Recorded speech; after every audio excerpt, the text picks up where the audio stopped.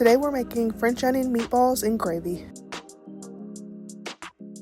The first thing I want to say is this is not the type of meal that you make last minute on a Monday night. This is definitely one of those meals that you set aside time and you really prepare yourself for the amount of time it's going to take to make this. Because I will tell you what, I was in that kitchen on my feet for a while making these onions because it's French onion, you know what I mean? So you have to caramelize those onions, and caramelizing onions do take a very long time until your patience runs out, and then some more, and then some more time, and then a little bit more time, and then you're still caramelizing them, and then finally, bam, you have caramelized onions. So don't think that you could just make this on like a random Monday or Tuesday, whatever. This is definitely a weekend, Sunday night type of meal, but it does taste like a Sunday night type of meal, like a nice, soothing, warm, comforting meal.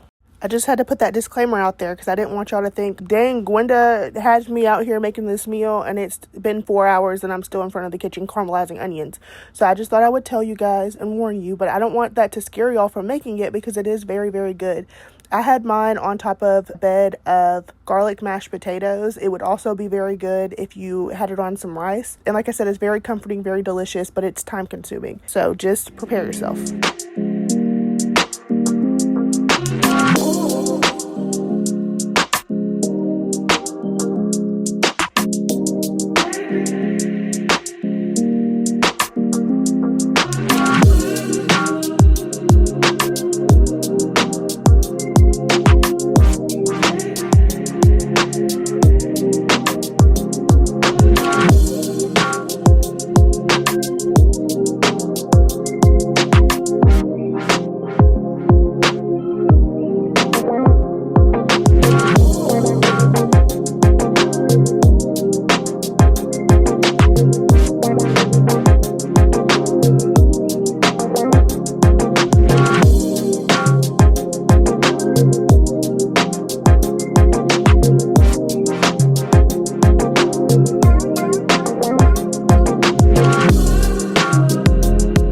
One thing I want to note is you want to refrain from salting at all throughout this whole process until the very end, because there are a lot of components in it that are salty. There's beef bouillon in here, which is salty. There's Worcestershire sauce, which is salty.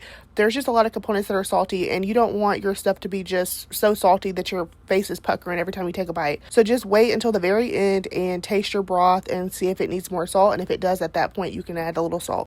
I ended up forming mine into like 2-inch balls. You can do bigger or smaller, that's up to you. It's going to finish cooking in the oven anyways. I just did what it felt right in the moment, but either way is fine. I feel like they'll cook a little bit faster if you do 1-inch balls, and of course it might take a little bit longer if you do 3-inch balls. But like I'm always saying, that if you're working with meat, it's best to have a meat thermometer because that's the only way to guarantee that it is cooked all the way through. I'm obviously going to give you time measurements, but I feel like the best way is for you to have a meat thermometer and making sure that it's 165 degrees all the way through, and then we can all have peace of mind at the end of the day.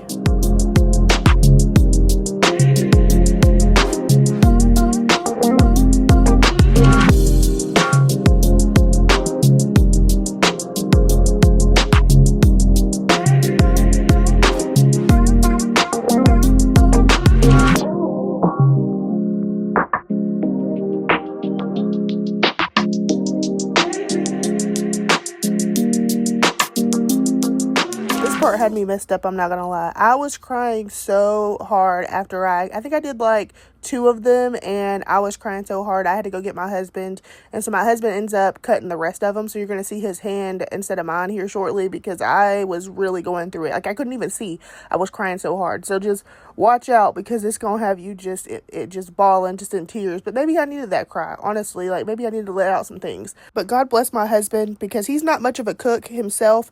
This is my thing, but he's always very helpful in the kitchen whenever I need him. He never complains, and he always comes in there and does whatever I need him to do. So shout out to my husband.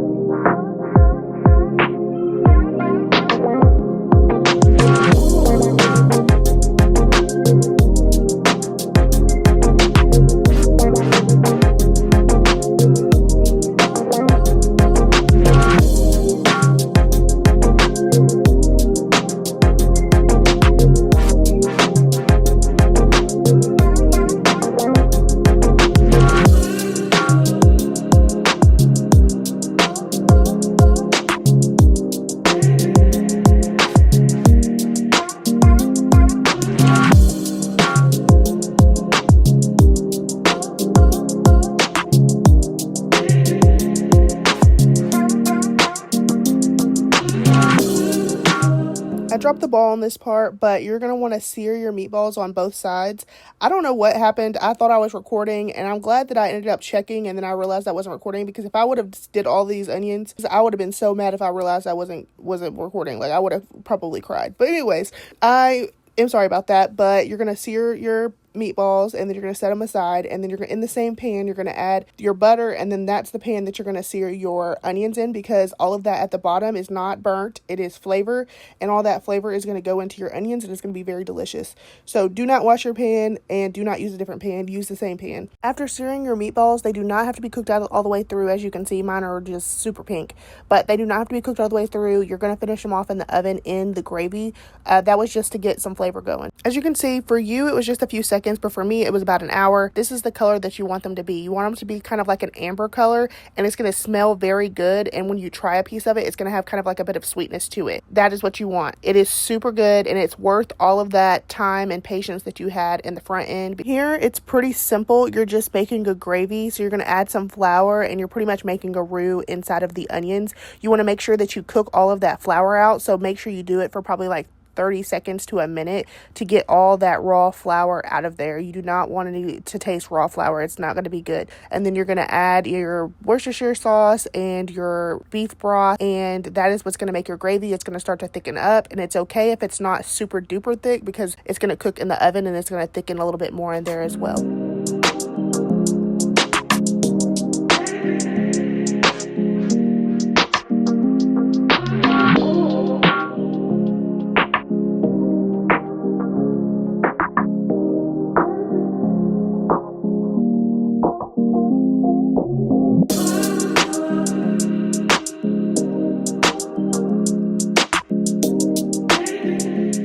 You're going to bake them uncovered in the oven. After I took it out, I didn't show this part, but there was a good bit of oil like layer on the top that came from the Italian sausage. If you want, you can kind of skim all of that off the top. That's what I did, or you could just mix it into the sauce, but I didn't want it super oily, so I skimmed it off. Thank you guys for watching, and I'll see you guys in the next video. Let me know what you think of this one.